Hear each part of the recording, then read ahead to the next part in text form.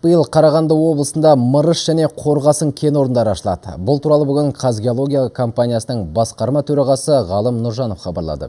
Жалпы жыл соңына дейін елімізде 103 тонна алтын, 1 миллион тонна мыс және 3,3 миллион тонна полиметалл өндіріледі деп күтілуде. Жер қойнауын барлау жұмыстарына да көп мән беріліп отыр. Бұл салаға қазынадан 5,9 миллиард теңге бөлінді. Қазір геологиялық жұмыстарға инвесторларды тарту шаралары жүргізіліп жатыр. Қарағанды облысынан Мырыш және Қорғасын кен орны ашылады деген ойдамыз.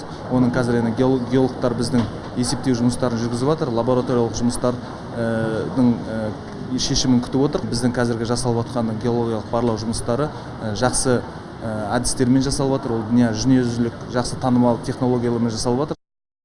Айта кетейік, бүгін қазақстандық геологтар кәсіби мерекесін атап өтуде. Инвестициялар және даму министрі Әсет Исекешев осы салаға еңбегі сіңген үздіктерді марапаттады.